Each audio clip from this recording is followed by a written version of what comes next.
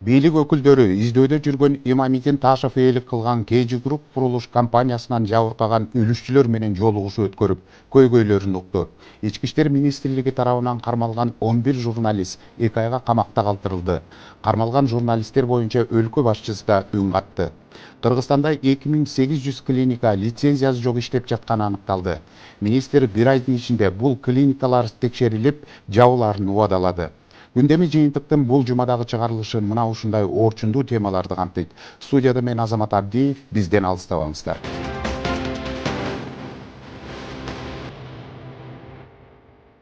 Өтүп бара жаткан жуманын башында Садыр Жапаров кезектеги маегин берип, коомдогу резонанс жараткан суроолорго жооп берди. Кыргызстан коммерциялык банкынын М-банк аты менен таанымал мобилдик тиркемесине социалдык түйүндөрдө ар түрдүү нааразычылыктар айтылып, кардарлар акчалары уурдалып жатканына нааразы. 24 жылдан бери көпүрөсү жок, көрбөгөн күндү көрүп жаткан Көк Алма айылынын 3000 жашоочусу президентке кайрылуу жолдошту. Бишкекте аскердик тиг учак кырсыктап, бир аскер кызматкери каза болуп, оноо жабыркады. Кылмыш дүйнөсүндө Коен деген кайман аты бар Майрамбек Низамов кайрадан кармалды. Ал опузалап акча талап кылып жаткан жеринен колго түшүрүлгөн. Бишкектеги Берекет Грант жана Берекет Универсал соода борборлорунун негиздөөчүсү Болотбек Бегалиев менен башкы директору Индира Абласова алдамчылыкка шек саналууда. Өтүп бара жаткан жумада мындан башка да кандай жаңылыктар жүз берди. Жума хроникасы кенен токтолсун. 15 январ дүйшөмбү. Мамлекеттик туу Ташев, Жамгырчиев кемпир-абадчылар жана инвесторлорду колду. Садыр Жапаров кезектеги маегин берип, коомдогу резонанс жараткан суроолорго жооп берди. Дарыгерлердин колунда чарчап калган 2 жашар Алихандын өлүмүнүн себебин атайын кызмат териштирүүнү баштады. Кыргызстан коммерциялык банкынын М-банк аты менен таанымал мобилдик тиркемесине социалдык түйүндөрдө ар түрдүү нааразычылыктар айтылууда. Кардарлар акчалары уурдалып жатканына нааразы. Баткен облусунда административдик аймактык реформа ишке ашууда. Облуста 31 айыл аймактан 26сы калды. 16 январ шейшембе. Бишкекте бийлик өкүлдөрү издөөдө жүргөн Имамидин Ташев ээлик кылган KG Group курулуш компаниясынан жабыркаган үлүшчүлөр менен жолугушуу өткөрүп, көйгөйлөрүн укту. Мындан ары өлкөнүн кибер коопсуздугун камсыздоо багытында иш-чаралар күчөтүлөт. УКМКда компьютердик инциденттерге ыкчам чара көрүү борбору ачылды. 24 жылдан бери көпүрөсү жок, көрбөгөн күндү көрүп жаткан Көк Алма айылынын 300дөй жашоочусу президентке кайрылуу жолдошту. Чек ара окуясында жабыркаган ишкерлер мамлекеттен материалдык колдоо алышты. 17 январ шаршембе. Бишкекте аскердик тиг учак кырсыктады. Бир аскер кызматкери каза болуп, onu жабыркады. Массалык башаламандыкка чакырык жасоо иши боюнча 11 журналист кармалып, 48 саатка убактылуу кармоочу жайга киргизилди. Кыргызстанда 2800 клиника лицензиясы жок иштеп жатканы аныкталды. Министр бир айдын ичинде бул клиникалар текшерилип, жабууларын убадалады. Эми түндүк мобилдик тиркемеси аркылуу санарип форматта пенсиялык күбөлүктү да көрсөтүү жеткиликтүү. Ал кагаз түрүндөгү документ менен бирдей юридикалык күчкө ээ. 18 январ бейшембе. Ысык Көл облусунда УКМКнын жаңыланган имараты ачылды. Анын ачылышына президент Садыр Жапаров жана УКМК төрагасы Камчыбек Ташиев катышты. Кылмыш чөйрөсүндө Коен деген каймана аты бар Майрамбек Низамов кайрадан кармалды. Ал опузалап акча алып жаткан жеринен атайын операция учурунда колго түшүрүлгөн. Ички иштер министрлиги тарабынан кармалган 11 журналист 2 айга камакта калтырылды. Мындай чечим Бишкектин 1-май райондук соту чыгарды. Борбордук Азияда биринчи жолу Жалалабад шаарында ачылган Барселона футболдук академиясынын иштеп жатканына 5 ай болду. Жаш футболчулардын даярдыгы жогорулаган. 19 январ жума. Фрунзе 1 авиа базасында тиг учак кырсыгынан каза болгон аскер Жайыл Самудиновдун сөөгү жерге берилип, коштошуу зыйнаты өттү. Бишкектеги Берекет Грант жана Берекет Универсал соода борборлорунун негиздөөчүсү Болотбек Бегалиев менен башкы директору Индира Абласова алдамчылыкка шек саналып кармалды. Бишкек шаарында коомдук транспортторго жол кире акысы 30 январдан тарта кымбаттайт. Жалалабадда күнөскана куруп, андан кирешет тапкандар көбөйдү. Учурда облуста 404 дана күнөскана жеке ишкерлер тарабынан иштетилүүдө.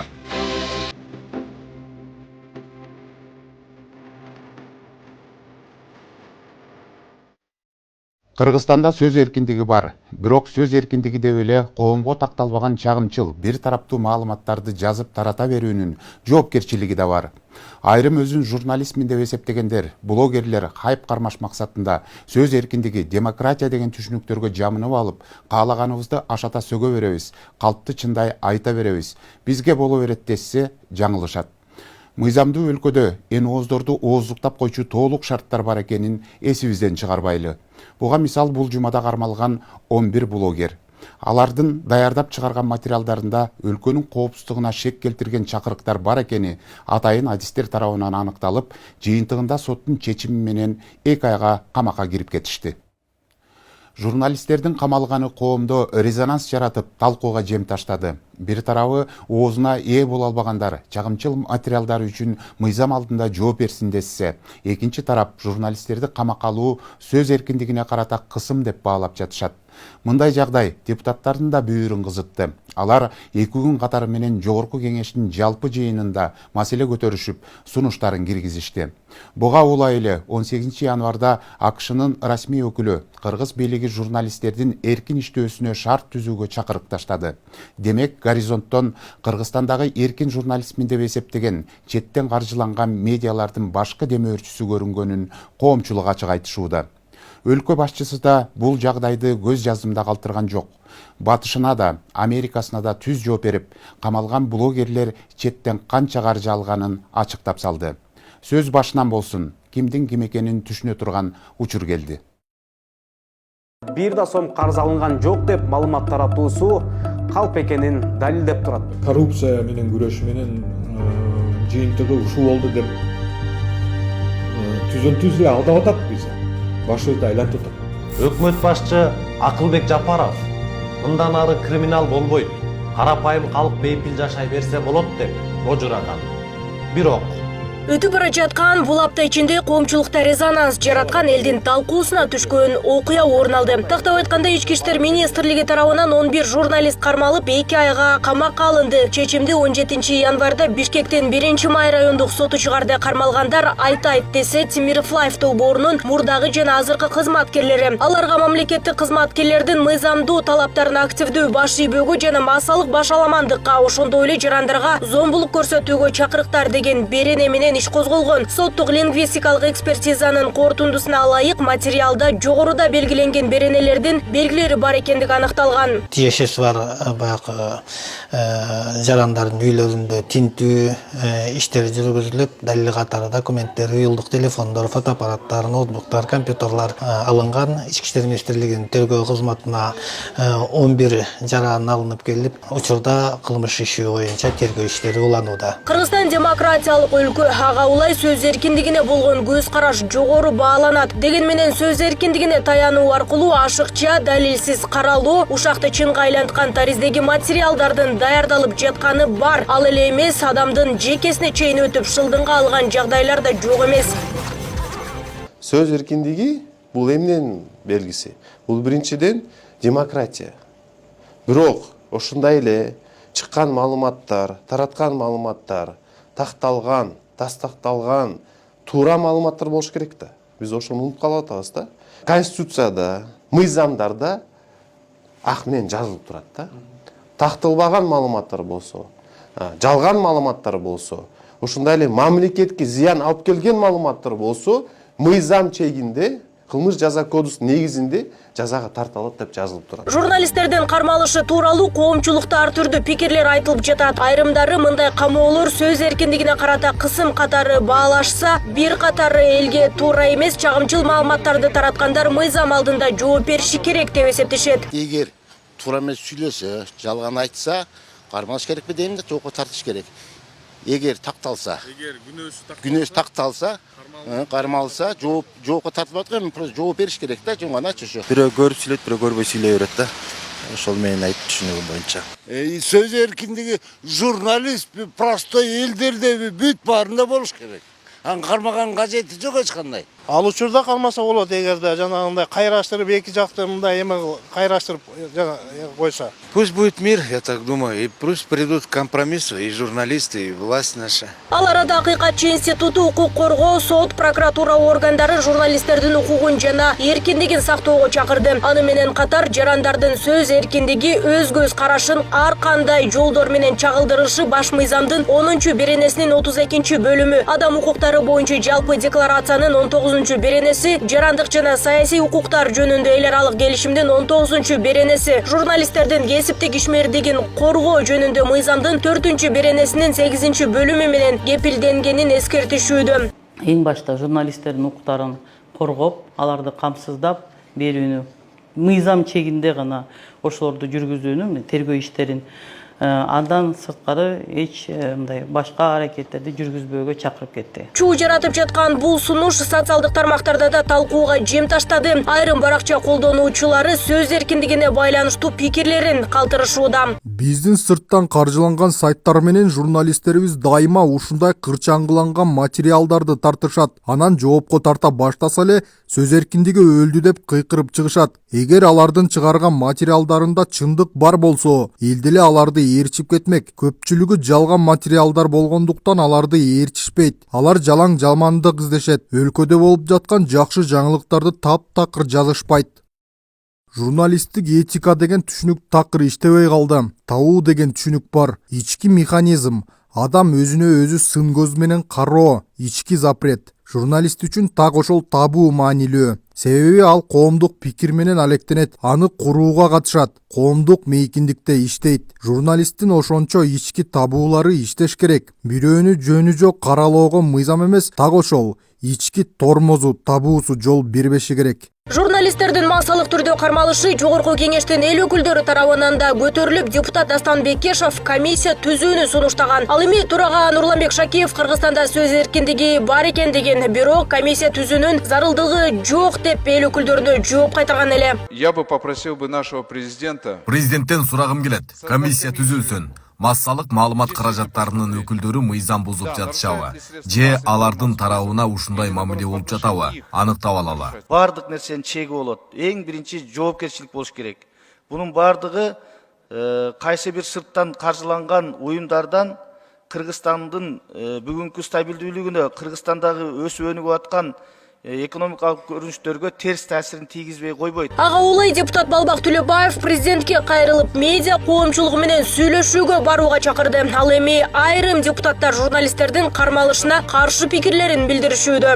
Тыштагы эксперт биздин ички саясат түшүнбөй, көп нерсени билбей атып, могу өнүгүп өсүп келатканда бизге таасир тийгизип калбасын деп президентке чакырык жасадым. Отуруңуздар, бүт журналисттерди чакырыңыздар. 22 жаштагы, 18-19 жаштагы журналисттен баштап 70 жашка чейинки журналисттердин мен журналист дегендин баарын чакырыңыз. Ошченге отуруп алып сүйлөшүңүз деп атам.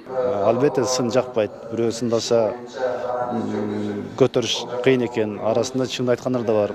Аларды мен оюмча камабай эле биринчи мындай жөнө чакырып эле тергеп, биринчи немесин моюнда койсо, сиздер журналисттер да, эгер күнөөсүн моюнуна койсо сиздер да демексиздер да. Ошол эле учурда журналисттердин ишмердүүлүгүнө саресеп салган бирдиктүү орган жетишпей жатканы белгиленди. Мындай орган түзүлсө, журналисттердин ишмердүүлүгү көзөмөлдөнүп, алардын укугун коргоо да колго алынмак дешет айрым депутаттар. Бүт журналисттер силер өтө чоң өзүңөрдүн организация, ассоциацияларыңар түзүп, ал профессиональный болуп, бир чети өтө строгий баягындай регламент киргизиш керек силердин өзүңөргө профессиональный жактан. Экинчиден мамлекет менен түзмө-түз теңме-тең сүйлөшө турган орган болуш керек да. Статьясын окутуңар өзүңөр, массалык башаламандыкка чакыруу деп. Ошон үчүн эгер чындап ошол нерсе чакырган болгон болсо, анда журналист болобу, башка адам болобу, ал өзүнүн жазасын алыш керек да. Ал үчүн ошон үчүн мен тергөөнүн эч нерсесине кирише албайбыз биз. Күтө турайлы. А так журналисттерге менин оюм түз, журналист деген бул коомдо объективдүү жакшы чагылдырыш керек. Медиа өкүлдөрүнүн кармалышы дүйнөлүк коомчулукту да тынчсыздантты. Америка Кошмо Штаттарынын расмий өкүлдөрү Кыргызстандын бийлигин журналисттердин эркин иштөөсү үчүн шарт түзүүгө чакырды. 18 январда АКШнын мамлекеттик департаментинин сайтына бул тууралуу атайын билдирүү жарыяланган. Америка Кошмо Штаттары Кыргыз Республикасында өкмөттүн көз каранды эмес маалымат каражаттарына жана журналисттерге каршы соңку аракеттери тууралуу билдирүүлөргө терең тынчсызданууда. Бул аракеттер кыязы өкмөт коомдук талкууну жана сөз эркиндигин баскысы келгенде ишмердүүлүк сыяктуу көрүнүүдө. Биз кыргыз бийлигин журналисттерге басым, кысымсыз иштөө шартын камсыз кылууга чакырабыз. Эркин жана көз каранды эмес басма сөз адам укуктарын коргоо, натыйжалуу демократиялык институттарды колдоо жана тынчтыкты, коопсуздукту камсыз кылуу үчүн маанилүү. АКШнын Кыргызстандын ички саясатына киришүүсү жарандар тарабынан кызуу талкууда. Кыргызстан кайсы бир тараптардын кызыкчылыгы үчүн эмес, эгемендүү өлкөнүн ички биримдигин сактап, сырткы күчтөрдүн кийлигишүүсүнө жол бербеши керек деген пикирлер коомчулуктун арасында басымдуулук кылат. Финансы жагынан поддержкасы бар да. Ошону силер буларды камап койдуң, бизге ушундай разведка иштеп бериш керек эле. Акчабызды акташ керек эле деген сөз менен кайрылуу иш кылардын. Вообще Американын акысы жок. Бирөө башка мамлекетте эмне болуп атат, журналистти эмне кылып атат, ол Кыргызстандын өзүнүн ичиндеги ичара өздөрү чечип алат. Кылган иштерди айтпай эле жалаң эле жамандап, жаман жагын айткан бул демократияга кирбейт. Ал жерде да Америкада да андай эмес го. Кечеги 11 журналисттин камалышы ал биздин мамлекеттин ички мыйзам менен болуп атат да азыр, туурабы? Бирок эмне үчүн ошол журналисттердин камалышы немелери чет өлкөдө маалымат болуп барып аткандыгы кызыктар болуп атабыз да биз. Демек алар бизге кызыктар, анан акча каржылоо жагынан менимче алар карайт окшойт да. Буга улайлы жактоочу Канат Хасанов да чет жактан каржыланган тараптарды колдобой турганын айтып, өз пикири менен социалдык тармактагы баракчасы аркылуу видео кайрылуу жасады. Көп эле организациялар болобу, кишилер болобу, Американын Госдепте, Госдептин акчасын байланып калышыптыр да. Байланып калмак тургайт эле энесин коргогондо коргойт экен го. Ай, Кудай сактасын. Биз кыргызбыз. Бизде кыргыздын сезими, биз кыргыз үчүн жан талашыбыз керек. Кыргыз деп кыргыздын аманчылыгын тилешибиз керек. Көпчүлүктүн бүйүрүн кызытып ар түрдүү ой таштап жаткан бул окуяга президент Садыр Жапаров да үн катпай койгон жок. Ал Кабар маалымат агенттигине берген маегинде кармалган журналисттерге байланыштуу бир нече жагдайларды ачыктаган. Ошондой эле масс медиа менен кызматташкан институттардын журналисттерди бошотуу чакырыктарына да жооп кайтарды. Биринчиден кармалгандар кесипкөй журналисттер эмес. Алар социалдык тармактарды пайдаланып, ар кандай анын ичинде өлкөнүн улуттук коопсуздугуна коркунуч туудурган маалыматтарды жоопкерчиликсиз менен жарыялаган блогерлер. Экинчиден ар бири укуктук мамлекеттегидей эле Кыргыз Республикасында дагы мыйзам алдында жоопкерчилик бар. Буга байланыштуу ар бир адам биринчи кезекте өзүн журналист жана блогер эсептегендер маалыматтын аныктыгы үчүн жоопкерчилик тартууга тийиш. Ошондой эле президент Кыргыз Республикасынын Юстиция министрлигине караштуу соттук эксперттик кызматтын корутундусуна ылайык Тажибек кызы Махабаттын видео кайрылууларында массалык башаламандыктарга чакыруу белгилеринин бар экендиги аныкталганын, бул Кыргыз Республикасынын кылмыш жаза кодексинин 78-беренесинин 3-бөлүгүнө туура келерин белгилеп, тергөөнүн жыйынтыгын күтүү керектигин билдирген. Аны менен катар бир нече маалымат булактары чет өлкөлүк уюмдардан канча каражат менен каржыланып турганын ачыктаган. Фактчек KG интернет ресурсу 2020 жылдан 2022 жылга чейин эле бир гана фонддон жалпысынан 142.900 акш долларын алган. Клуб медиа ресурсу ошол эле демократияны колдоо боюнча улуттук фондунан 585.900 акш долларын алган. Ошол эле 2021 жылы бир катар бейөкмөт уюмдардан жана көз карандысыз журналист катары аталгандар демократияны колдоо боюнча улуттук фондунан 90.000ден 220.000ге чейинки акш доллары өлчөмдө гранттык каражаттарды алышкан. Жалпысынан Клуб медиа, Медиахаб, Кактус медиа, Политклиника, Фактчек медиа маалымат агенттиктери жана башкалар жыл сайын чет элдик донорлордон 600.000 акш долларынан жогору өлчөмдө гранттык каражаттарды алышат. Президент ошондой эле журналисттерге карата коркутуу жок деп белгилеген салттуу журналистика колдоого алынарын жана маалыматтар туура бурмалоосуз фактылар менен камтылышы керектигин айткан. Эскерсек 16 январдын таңында абакка алынган 11 журналисттердин үйлөрүнө тинтүү жүрүп, өзүлөрү ийимге суракка жеткирилген. Алар кылмыш жаза кодексинин 278-беренесинин мамлекеттик кызматкерлердин мыйзамдуу талаптарына активдүү баш ийбөөгө жана массалык баш алмандыкка, ошондой эле жарандарга зомбулук көрсөтүүгө чакырыктар менен айыпталып 2 айга камакка алынышты. Нурзада Сыдыкова, Майрамбек Абдибилал уулу, Күндөмү жыйынтык программасы үчүн. Миллиондогон каражат жумшап, үйлүү болобуз деген айрым жарандар бир нече жылдан бери кыялына жетпей жүрүшөт. Элди зар какшаткан курулуш компаниялардын бири KG Group ишканасына жана анын негиздөөчүсү Имамидин Ташевка тийиштүү суроолуу жагдайларга чекит коюла элек. KG Group'тан жабыркаган карапайым калк улуттук коопсуздук кызматына кайрылып, атайын кызматтын иликтөөсүнөн кийин курулуш компаниянын кожоюну Имамидин Ташев камакка алынган эле. Камакта да жөн отурбай, четке качып жүргөн Тилекмат Күренов өңдүүлөр менен байланышып, өзүн куугунтукка кабылган ишкер катары көрсөткүсү келген бул эркулду азыр укук коргоо органдары издөөгө алган. Ушул күндөрү эл оозуна алынып жаткан курулуш компаниясына байланыштуу маселелерди чечүү максатында президенттик администрациянын жетекчилиги KG Group'тун үлүшчүлөрү менен жолугушту. Мындай тапшырманы өлкө башчысы Садыр Жапаров табыштаган. Бийлик муну менен маселени чечүүнү тездетүү максатын көздөп жатканын белгиледи. Жыйындын жүрүшү менен бир нече суроолуу жагдайлардын чечими табылгандай болууда. Имамидин Ташевдин кетирген кемчилдигин эми мамлекет мойнуна көтөрөт. KG Group'тун үлүшчүлөрү менен бийликтин жолугушуусунун күнгөй тескейи Нурзада Сыдыкованын материалында.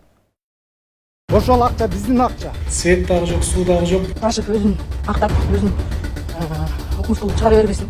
Лифти вообще иштебейт. Өз учурунда жомоктогудай жарнамаларды жасап, укмуштуудай кыялды элге тартуулаган курулуш компаниялардын былыгы чыгып, элдин көз жашына калып отурат. Кыргызстанда мына ушундай компаниялардын ондогон тизмеги бар. Алар мыйзамсыз берилген жерлерге курулуштарды баштап, анын сапатына оозун толтуруп, кепилдигин берип, элдин башын айлантып сата башташкан. Эми алардын туткунуна туш болгон эл айласын таппай, улам акцияларга чыгып, зар какшап жатышат. Мына ушундай элдин нааразычылыгын жараткан курулуш компаниялардын бири ишкер Имамидин Ташевка тийиштүү KG Group компаниясы болууда. Биз буга чейин болгон органга кайрылганбыз. Жоопкерчиликти адам коюп койсоңуздар ошого. Биз Ташев Имамидин менен ажырашканбыз. Буларда кокот деген акча жок экен. KG Group компаниясы толугу менен өзү бүтүрүп берет. Ишенбейбиз. Жүздөгөн жарандардын миллиондогон каражатын алып, мына ушундай заманбап турак-жай куруп беребиз деген KG Group курулуш компаниясынын дагы бир объектиси мына ушул жерде курулмак. Деген менен аталган объект бир нече жылдан бери курулбай турат.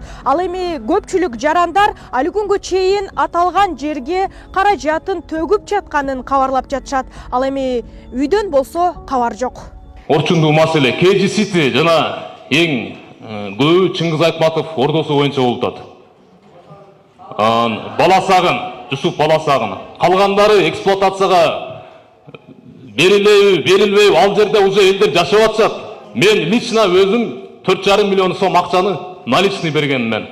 Бир күндө 2 батирге 2 миллион 300 канча, бирөөсү 2 миллион 200 канча. Мен дагы ошентип миграциялап жүргөн адаммын. Договор кылганыбызга 3 жылдан ашып калды, бирок котлованда эле турат да. 3 котлован казылып тур, үчөөнүн кызыл китептери даяр. Биз бүтүрүүгө мына жаңы эле бир фирма менен келишим кылып атабыз. Ушул фирма салып берет деп баягы бизге убада кылган болчу. Сиздердин акчаңар желген жок. Мен бул жерге 286 миллион доллар, 286 миң доллар влажить этип койдум. Бул жерде силердин акчаңар желген жок, турат деген да. Көпчүлүктүн сынына кабылган ишкер Имамидин Ташев жана ага тийиштүү болгон KG Group курулуш компаниясындагы суроолуу жагдайлар, андагы нааразычылыктар дагы бир ирет ачыкталды. Көз жашын көлдөтүп зар какшагандар бул ирет маселесин өкмөт өкүлдөрүнө жеткиришти. Жылдап чечилбей келген бул жагдайга президент Садыр Жапаров жана УКМК төрагасы Камчыбек Ташиевтердин көңүлүн буруусун суранышууда. Чыңгыз Айтматов ордосун ким көзөмөлдөп KG City өкөнү? Ким до конца чыгарып берет? Директор айтып атат, зам директору. Биринчи жолу чын айтты, ушул балаган айтты. Калганы буга чейин алдап келатышкан. Кийин бул СИЗОго отуруп чыккандан кийин биз менен лично өзү кезигип, мен өзүм директор болдум. Мына Минюстан мени өзүм директор болдум, потому что бул учредитель эмес, Ташевдин апасы учредитель. 21 декабрда биз барганда мондай гарантийный письмо, календарный график жазып берген күнү бул адамдар 2 эле күн болгон жумушка келгендеги. Жоопкерчилик адамды коюп, бир ответственный адамды коюп, бизге бүтүрүп бергенге жардам берип койгуңуздар деп суранат элем. Бишкекте курулуш аяктап, бирок расмий түрдө пайдаланууга бериле элек KG Групптун 5 объектиси бар. Ошентсе да анда калк жашап жатат. Расмий уруксат бериле электигине байланыштуу аталган 5 объектте коммуналдык төлөм коммерциялык негизде киргизилген. Өткөн жыйында кала башчысы Айбек Жунушалиев аларды ишке киргизүү чараларына ар тараптуу жардам көрсөтүлөрүн да убадалады. Өзүбүздүн толук көмөгүбүздү көрсөтүп, мынакей мен биякта орун басарымда отурат, Кадыров Азамат, Бишкек глав архитектуранын жетекчиси отурат, ушул жерден да буларга тапшырма берилет. Бүт иштердин баары ыкчам түрдө биз алып кеткенге даярбыз. Ал эми айрым курулушу башталып бүтпөй жаткан объектилердин тагдыры кандай болот, белгисиз болуп турат. Компаниянын капчыгы аны толук аяктоого чамасы жетпей тургандыгы ачык айтылды. Жетпейби азыр айта албайм, анткени ал жака 5 миллион доллар керек. Азыркы бизде колдо болгон нерселер жетпейт. Жок, азыр аны эсептеш керек, бул жактан эсептеш керек. Эмне конфискацияланды? Жетпеген нерсени мамлекеттен жардам сурайбызбы? Бир нерсе кылып бүтүрүшүбүз керек да, ал жакты. Белгилүү болгондой, буга чейин KG Group курулуш компаниясынын лицензиясын алуу боюнча маселе каралып жатканын мамлекеттик курулуш компаниясы тарабынан маалымдалган. Деген менен компания үлүшчүлөрүнүн маселеси маанилүүрөөк болууда. Биз ошол эле учурда лицензиясын алып койгондо, ошол эле компаниянын ишмердүүлүгү токтоп калат. Токтоп калгандан кийин жана курулуш объектилери да токтоп калат. Эми бул боюнча ачыгын айтышыбыз керекпиз. Лицензия маселеси албетте да каралат. Бирок биз азырынча жанакы элдин көйгөйүн чечүү максатында биринчи жанакы вот боло турган объектилерди жана ошондон кийин эле курулуп аткан объектилердин маселесин карап беришибиз керекпиз. Мамлекеттин жардамы жок, бул нерсе алдыга жылбай эле болчу. Азыр жардам берип атат. Эми ошол нерсе менен чыгарып кетебиз деп ойлоп атабыз. Эми азыр конфискация болгон нерселердин биз эсебин билбейбиз. Эсептеп чыгабыз. Жетеби, жетпейби? Тоже мамлекет менен сүйлөшөбүз, аны балким кандайдыр бир фонддон бир жардам кылып, ушу 400 кишиге үйдү салып берүүгө жардам берет деген үмүттөмүн. Эми азыр мамлекет аркабызда туруп атат. Жыйындын жыйынтыгы менен айрым катышуучулар ишенбөөчүлүк билдиришкен. Жылдап алданып келгендер бул иретте күмөн санап жатышканын жашырышкан жок. Бул жыйын аяктаганы менен чото эчтеке түшүнгөн жокпуз. Биздин генеральный директор Чыңгыз Айтматовдуку ким экени да айтылган жок. Булар өздөрү да айтты, биз тияк менен сүйлөшүп туруп айтабыз деп. Анан биз чындыгынан айтканда Чыңгыз Айтматовдун эмесине ишенбейбиз. Орто жолдобуз. Жүздөгөн жарандарды сыздатып жаткан KG Group курулуш компаниясы ишкер Имамидин Ташевка тийиштүү. Компания 2010 жылдан соң Бишкекте көп кабаттуу турак жайларды куруп келген. Аталган үйлөрдүн айрым тургундары бул объектилерде көйгөйлөр бар экенин айтып чыгышкан. Имамидин Ташевка карата нааразычылыктын башка жагдайлары да бар экенин эскерте кетели. Курулуш тармагынан башка Ташевдин кичим экенинде мамлекеттик жерге ээлик кылып алышкандыгын буга чейин регион телеканалы аркылуу мындан 3 жыл мурун ачыкталган болчу. Сөз Баткен облусунун Кадамжай районуна караштуу Масалиев айыл өкмөтүндөгү 136 гектар жер жөнүндө болуп жатат. Имамидин Ташевдин атасы Самидин Ташев союз учурунда бак болгон жайга жетекчи болуп иштеп, кийин бөлүштүрүү учурунда үлүштү кайтарбагандыгы маалымдалган. Жергиликтүүлөр гектарлаган жерди бир үй бүлө басып алганына нааразы болуп, мамлекетке кайтаруусун талап кылып чыгышкан. Илгери союз убагындагы Ленин колхозунун 136 гектар жери, 20 гектар кайракы менен 156 гектар жерди Асамидин Ташев деген киши ассоциация кылып алган, Мурас ассоциация деп. Андан кийин 1994 жылы союз бузулганда элге кайра кайтарып берүү керек болгон, кайра берген эмес. Ал 136 гектар жер биздин ошол азыркы Масалиев айыл өкмөтүнүн 15 миңден ашуун калктын үлүшү болуп эсептелет. Ошо жаңы бийликтен үмүтүбүз чоң. Элге кайтарып берсе жакшы болот эле.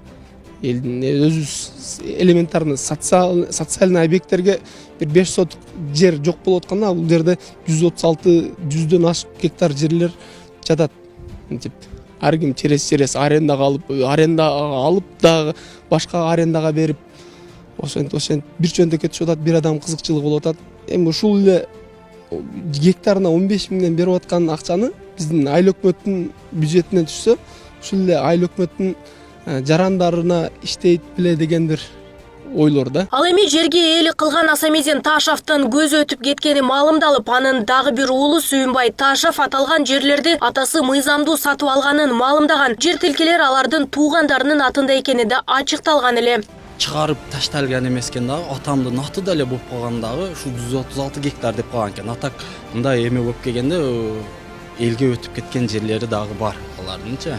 Эгерде документи жок болгондо да, бул документи жок болгондо биз ошол былтыр мына 2 жыл алдын текшерилгенде биз утуп чыкпадыкпы.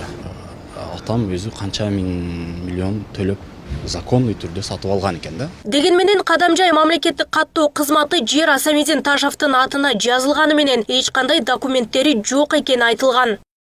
Эч кандай документ бизде катталган эмес. Кадамжай госрегистринде. Бирок келген 17-18 кишиге 3,5 гектардан үлүшү бар деп бир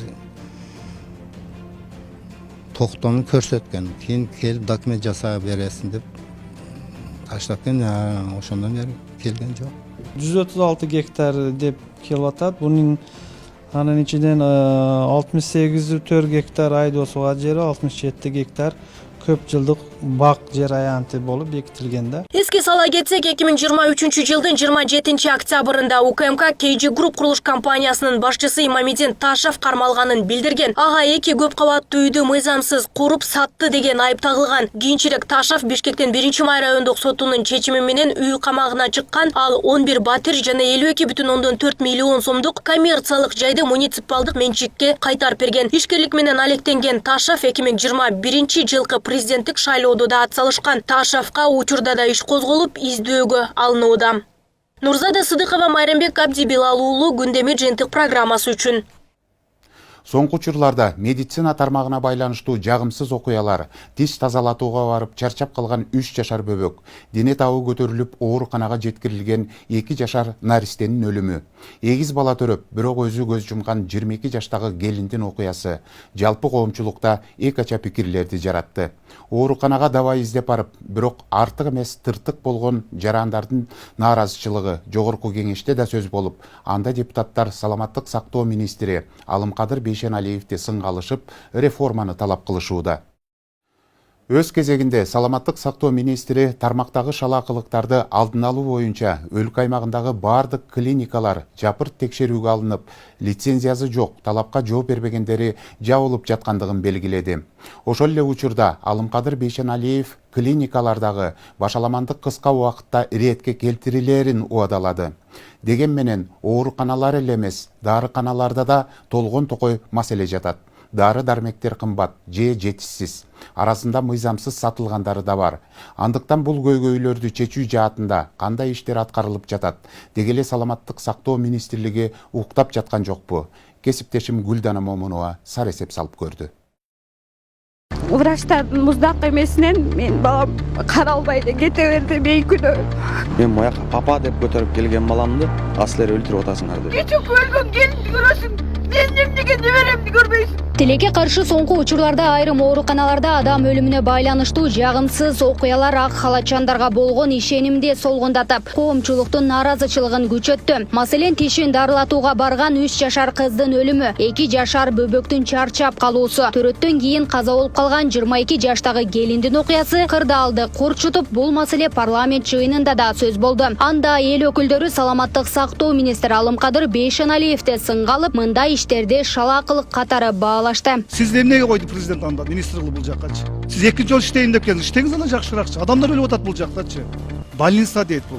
Биз сизди жаман көрүп, биз жамандап аткан жерибиз жок. Биз фактыларын айтып атабыз. Элдин сөзүн угуп кайрылып сизге айтып атабыз. Караңыз, көзөмөлдөрүңүз тартипке салыңыз деп атабыз. Севаран деген дем алуу жолу аркылуу берген дары бар экендигин, ошону бергендигин, ошону колдонгондугун аныктаган комиссиянын жыйынтыгы чыкты болуш керек деп ойлойм мен. Ал өзүнүн комиссиянын жыйынтыгын берип чыгарды. Правоохранительный органдарга да бердик.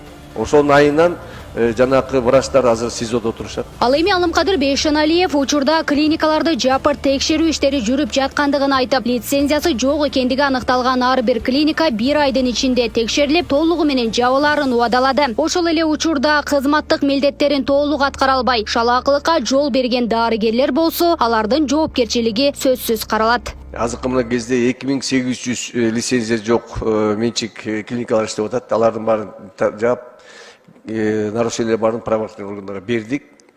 Азыркы кезде дагы мынакей текшерүүгө чыктык. Биринчилерден болуп мен главврачтарды жумуштан ала баштайм деп аларга тартипти бердим. Эгер ошондой дагы больницаларда кайталанат болсо, ошол жерде жооп бере турган директорлорду дагы жумуштан алып, же болбосо наказать ете баштайбыз. Азыркы учурда жарандардын дагы күнөөсү бар деп эсептейм.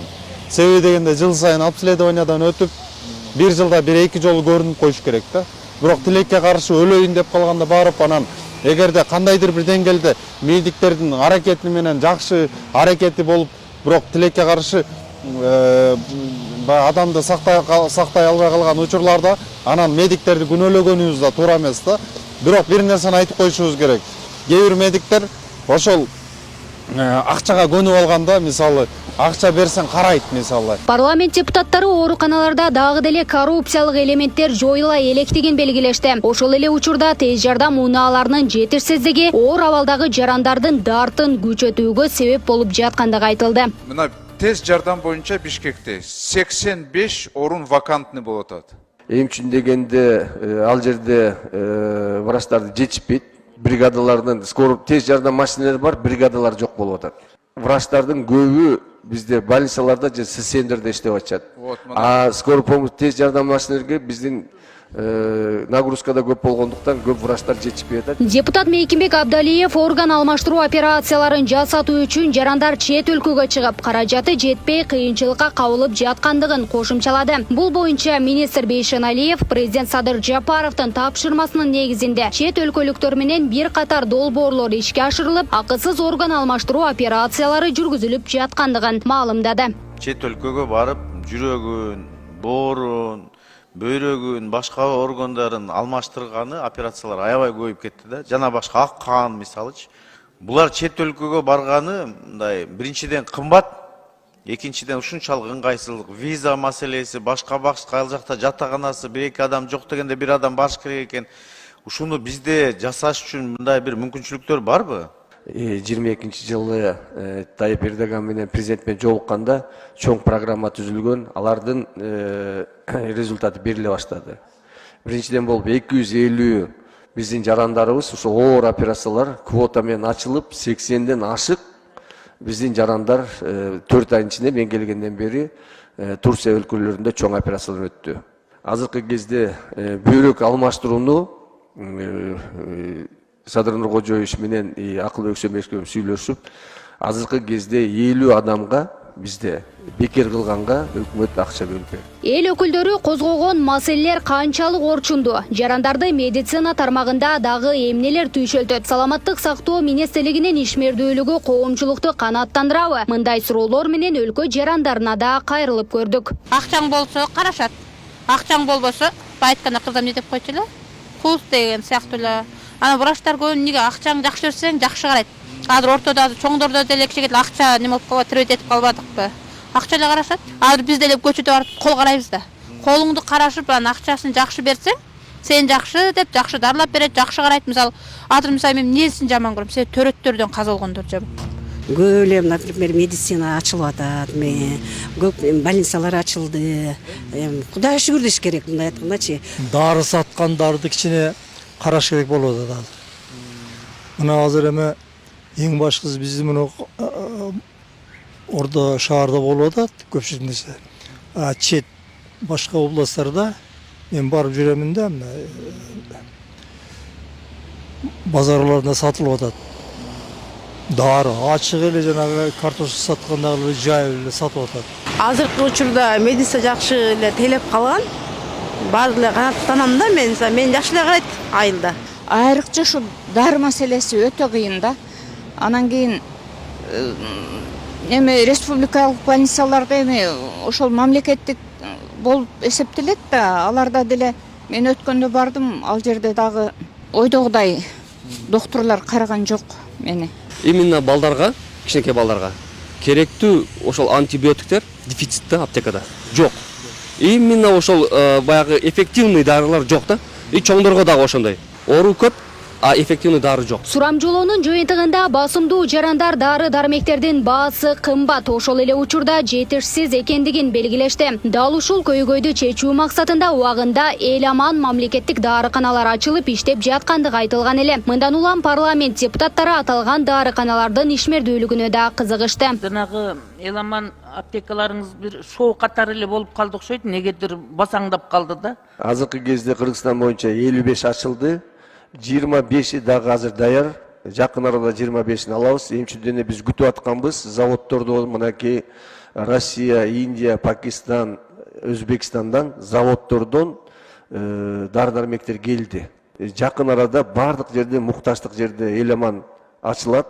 Ошол эле кезде кыргыз фармация стационарлардын бардыгына өзү заводдон алып берип, арзан баада дарыларды менен 100% камсыз кылабыз. Өлкөнүн бардык аймактарындагы мамлекеттик эл аман дарыканасындагы дарылардын баасы бирдей. Жекеменчик дарыканаларга салыштырмалуу 20-30%га чейин арзан экендигин маалымдаган министрдин сөзүнөн кийин мамлекеттик эл аман дарыканасына барып, эл көп алып жаткан сасык тумоого каршы колдонулган дарылардын баасын билип көрдүк. Ошо жөтөлдүн основной немесинде клавамет, суспензиялар кетатат, бизде амоксацилиндер кетатат.